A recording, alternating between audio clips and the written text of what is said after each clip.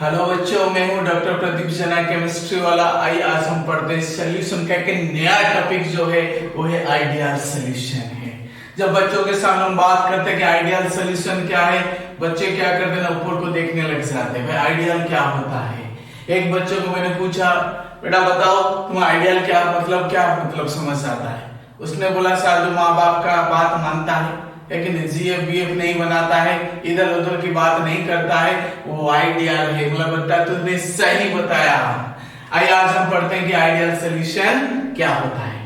बच्चे देखो, इससे पहले हमने कई सारी चीज क्या है ना सॉल्यूशन चैप्टर में पढ़ चुके हैं। हेनरी लॉ हमने पढ़ लिए, राउट्स लॉ पढ़ लिए, और राउट्स लॉ में हमने दो चीजें पढ़ लिए। वोलेटाइल सॉल्यूट के लिए राउट्स लॉ क्या कहता है और नॉन वोलेटाइल सॉल्यूट के लिए राउट्स लॉ क्या कहता है। ये सब जब तक आप नहीं पढ़ेंगे तब आइडिया तक नहीं पहुंच पाएंगे। इसलिए मैं आपको इतना ही बता देता हूं कि राउट्स लॉ जो वोलेटाइल के लिए था वो था Pa is equal to XA into P naught A। इसके बिना आप आइडियल सॉल्यूशन नहीं पढ़ सकते हैं। अगर आपने इससे पहले वाले वीडियो को नहीं देखा है, जरूर प्लेलिस्ट में जाइए, इन सारे वीडियो को आप पहले देख लीजिए। अगर आप क्लास 12 की लेकिन सेशन स्टार्टिंग में इसको देख रहे हो। बच्चा आइए हम बात करते हैं कि आइडियल सॉल्यूशन होता क्या है। आइडियल सॉल्यूशन क्या होता है ना बच्चे, देखो कि the solution that obey Raoult's law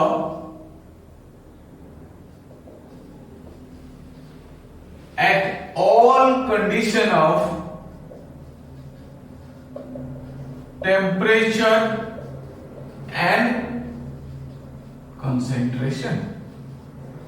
ध्यान से देखो, कहते कोई भी सॉल्यूशन आप ले लो, है अगर वो सॉल्यूशन राउल्ट्स लॉ को फॉलो करता है। राउल्ट्स लॉ को फॉलो करने का मतलब बच्चे रट लेते हैं, भाई राउल्ट्स लॉ को फॉलो कर रहा है। भाई राउल्ट्स लॉ को फॉलो करने का मतलब क्या है, ये तो आपको समझना पड़ेगा कि राउल्ट्स लॉ को फॉलो करने का मतलब क्या हो सकता है ना। राउल्ट्स लॉ को फॉलो करने का मतलब है कि Pa must be equal to x into p naught है। आपको ये पता होगा कि पीए क्या होती थी ना, पार्शियल प्रेशर। अगर यहाँ पे मैंने थोड़ा सा, अगर आपको याद नहीं होगी तो मैं आपको हिंट्स दे देता हूं। अगर दो कंपोनेंट है A plus b solute solvent है तो दोनों वोलेटाइल, इसका पार्शियल प्रेशर होगा P और B का होगा PB, और ये हो जाएगा XB जो सॉल्यूशन के अंदर है एंड XA। A का XA हो जाएगा, B का XB हो जाएगा। क्लियर? तो और जो खाली इंडिविजुअल कंडीशन में जो वेपर प्रेशर इनकी होंगे तो ये P नॉट ए मान लो, ये P नॉट B। क्लियर? ये A है, ये B है। तो कहता है कि Pa, राउल्ट्स का कहता है कि Pa must be equal to जितने मोल फ्रैक्शन का इसके अंदर है multiplied by vapour pressure in pure state. मतलब Pa पार्शियल वेपर प्रेशर कितनी होगी ना, कितने मोल फ्रैक्शन के लिक्विड के अंदर है multiplied by vapour pressure in pure state. Similarly Pb कितनी होगी ना, Xb into P naught B। ये होना चाहिए। अगर आइडियल सॉल्यूशन है बच्चों, अब ये देखना पड़ेगा कि ना Pa must be equal to X into P naught के साथ इक्वल होना चाहिए। मींस इसकी पार्शियल वेपर प्रेशर जो है वो मोल फ्रैक्शन और वेपर फेज में जो प्योर स्टेट में जो पार्शियल प्रेशर के साथ multiplication means this is equal to this. समझ पा रहे हो? तो Pa must be equal to the product of X into P naught। अगर इस टाइप का सॉल्यूशन आपको दिख जाए वो है आइडियल है। वो क्या है? आइडियल। सेकेंड कंडीशन बच्चे आपको मैं बताता हूं, जरूर इस वीडियो को लाइक सब्सक्राइब और शेयर करना नहीं भूलना है और अपने दोस्तों तक पहुंचाना नहीं भूलना है। आइए हम देखते हैं कि सेकेंड कंडीशन कहता है कि delta V mixing is equal to 0। बहुत सारे बच्चों को ये समझ नहीं आता है डेल्टा V मिक्सिंग 0 क्या है। मिक्स करने के बाद 0 क्या हो जाएगा, समझ नहीं आता उसको कि 0 कैसे होगा। तो ये बच्चे देखो, ध्यान से देखो, अगर मैंने एक सॉल्यूट लिया है 10 ml, दूसरा सॉल्वेंट लिया ये भी 10 ml ले लिया, और दोनों को जो मिक्स कर दिया जो सॉल्यूशन बनेगा इसको मैं यहां दिखा दूं कि 20 ml होगा। क्या होगा? 20 ml होगा। इसका मतलब क्या है ना, डेल्टा वी, बच्चे समझ नहीं पाते, वॉल्यूम का जो डिफरेंस है, चेंज इन वॉल्यूम 0 है, तो डेल्टा वी कितनी होगी ना, डेल्टा वी यहाँ पे कितनी होगी ना, 20 माइनस 10 प्लस 10 कितना होगी 0। तो मींस चेंज इन वॉल्यूम 0 है, चेंज इन वॉल्यूम 0 है, इसलिए इसको कहते हैं। अगर दो कंपोनेंट हम लेते हैं, एक का वॉल्यूम 10 ml है, दूसरे का 10 ml है, तो इनका मतलब इनकी जो रिजल्टेंट जो वॉल्यूम है अगर 20 ml है, इसका मतलब वॉल्यूम में कोई चेंज नहीं है। समझ गया? अब हम बात करते हैं दूसरी बात है, जब थर्ड कंडीशन में जाते हैं बच्चे, देखो डेल्टा एक्स मिक्सिंग भी 0 है। डेल्टा एच क्या होती है बच्चे? देखो ना, डेल्टा एच होता है चेंज इन एंथैल्पी। अगर आपको पता नहीं है आप यहां नोट कर लो, इसको हम कहते हैं एंथैल्पी, मींस एनर्जी। इसका मतलब क्या है ना, इस दोनों कंपोनेंट को या सॉल्यूट या सॉल्वेंट को जब हम मिक्स कर दिए बच्चे, देखो कि उनमें से कोई भी एनर्जी में कोई चेंज नहीं होगा। डेल्टा एच मींस ना delta HP minus HR, clear? इसको मैं थोड़ा सही से कर दूं, HP माइनस HR। प्रोडक्ट जो बना और डिजल्व करने के बाद, मिक्स करने के बाद जो रिजल्टेंट सॉल्यूशन बना, उसकी जो एंथैल्पी और रिएक्टेंट के दोनों का एंथैल्पी को डिफरेंस 0। इसका मतलब कोई एनर्जी हमें देना नहीं पड़ रही, कोई एनर्जी रिलीज भी नहीं हो रही। तो आपको ये समझना पड़ेगा कि बड़े गहरी बात है, क्लियर? अब हम बात करते हैं कि कोई एंथैल्पी, ये 3 कंडीशन के साथ बच्चे को 4th कंडीशन है, ये भी आपको ध्यान देना पड़ेगा ना। क्या है ना, वो है ना फोर्स ऑफ अट्रैक्शन। एक सारा खेल इसी के पास है, मींस जितना सॉल्यूट का AA is equal to BB is equal to AB।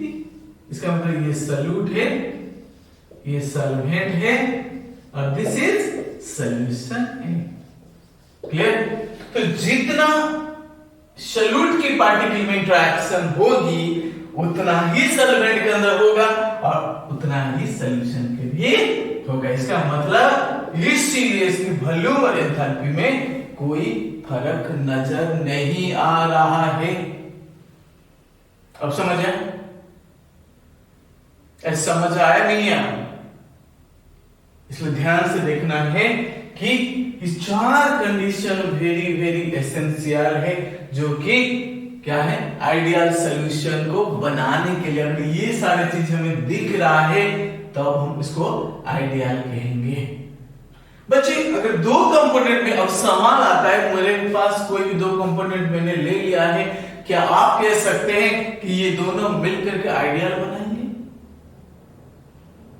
या ये कैसे पता लगेगा कि दोनों कंपोनेंट को बाय सॉल्यूट और सॉल्वेंट को मिक्स करने के बाद दे में form ideal solution? How do you know it? हम कैसे जानेंगे? मैं एक चीज आपको बताता हूं, यहां पे थोड़ा इस साइड का इरेज करता हूं, just a minute, don't be boring होने की जरूरत नहीं आप लोगों को। अब ध्यान से देखो,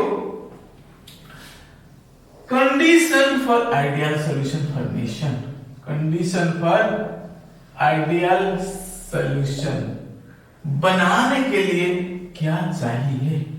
जिन 2 कंपोनेंट को लेंगे, इनकी molecular mass and polarity almost equal होना चाहिए, ठीक है? जो 2 कंपोनेंट को मिक्स करेंगे, ठीक है, तो दोनों का क्या है ना, मॉलिक्यूलर मास और पोलैरिटी होना चाहिए और सिमिलर केमिकल स्ट्रक्चर भी होना चाहिए, सिमिलर केमिकल स्ट्रक्चर भी होना चाहिए। अगर मैं आपको एग्जांपल की बात करता हूं, देखो बच्चे ना, आइडियल सॉल्यूशन में क्या है ना, जैसे मैं लेता हूं कि बेंजीन प्लस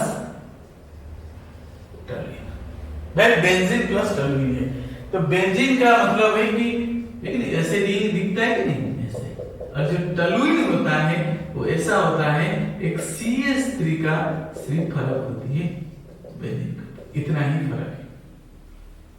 देखो थोड़ा सा फर्क मॉलिक्यूलर मास में थोड़ा सा ही फर्क होगी, पोलैरिटी में, इसकी पोलैरिटी है कि नहीं, इसमें तो पोलैरिटी नहीं है, बट जो केमिकल स्ट्रक्चर में थोड़ा सा फर्क है। तो इस टाइप का चीजों को हम आइडियल सॉल्यूशन में बना सकते हैं।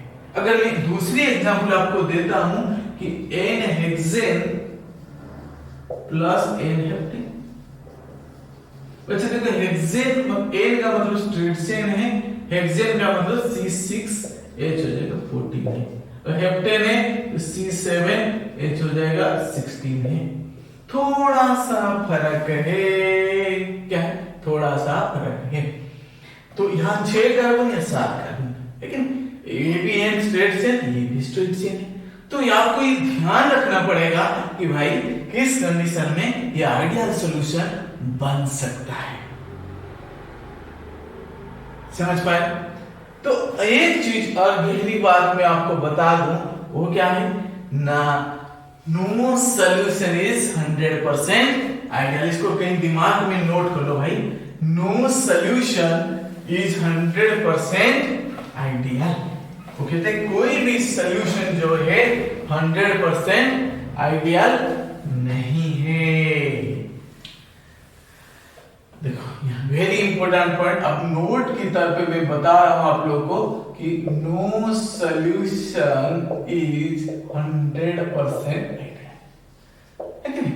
कोई भी शब्द को यहाँ पे दोनों को मिक्स कर दूंगा कि थोड़ा सा तो फर्क है, थोड़ा सा तो फर्क है, वो 100% आइडियल नहीं हो सकता है फिर भी। तो इसीलिए but at dilute condition they behave ideally, they behave। पर डाइल्यूट बहुत सारे जो पानी मिला देते हैं उसमें, या थोड़ा सा कम थोड़ा सा ज्यादा इस टाइप से, तो वो आइडियल की तरह बिहेव करता है, not in A concentrated condition, not in A concentrated condition. तो डाइल्यूट कंडीशन में वो है कि नहीं, बिहेव करते हैं आइडियल की तरह। समझे? अब चलते हैं बच्चे ग्राफ की तरफ, है कि नहीं, ग्राफ कैसे ड्रॉ करना है आइडियल सॉल्यूशन का। नहीं ग्राफ में बच्चे देखो, है कि नहीं, ये मैंने ले लिया ऐसा चीज, ध्यान से देखो, ये है, ध्यान से देखो, वेपर प्रेशर का एक्सिस से ये हो गया मोल फ्रैक्शन का एक्सिस है ऐसा। तो यहाँ एक पॉइंट लगाया और यहाँ भी लगाया, है कि नहीं, तो ये हो जाएगा, है कि नहीं, x a 2 कंपोनेंट 1 तो x भी 0 हो जाएगा, तो इसलिए यहाँ हो जाएगा p नॉट a। अगर एक से 1 तो दोनों मिल करके देखो 1 होता है, और एक 1 होगा दूसरा 0 होगा, तो 1 है तो प्योर कंपोनेंट हो गया, तो p नॉट है। सिमिलरली अगर यहाँ पे मैं p नॉट भी मानता हूं तो यहाँ पे x से 0 हो जाएगा और x भी 1 हो जाएगा। क्लियर? अब दोनों को अगर मैं ऐसे ज्वाइन कर दूं, फिर ऐसे लाइन देखो कैसे मैं ड्रॉ कर रहा हूं, ध्यान से देखना है ग्राफ, ऐसा ऐसा, ठीक है। तो इसलिए वेपर प्रेशर का एक्सिस है, लेकिन अब ये होगा मोल फ्रैक्शन का एक्सिस है। तो यहाँ पे Pt Pa प्लस, है कि नहीं, Pp, तो Pa कितना होगा ना, x इंटू p नॉट है, और Pb यहाँ पे कितनी होगी ना, xb into p not b। Clear? तो इसलिए आपको ग्राफ में एक इंपॉर्टेंट चीज आपको समझना है, ग्राफ क्या कह रहा है, ग्राफ क्या कह रहा है आपको समझना है। तो इसीलिए इस चैनल को लाइक, सब्सक्राइब और शेयर करना नहीं भूलना है। Thank you so much video को वॉच करने के लिए। नेक्स्ट जो वीडियो होगी बच्चे वो नॉन आइडियल होगी, इसको देखना नहीं भूलना है।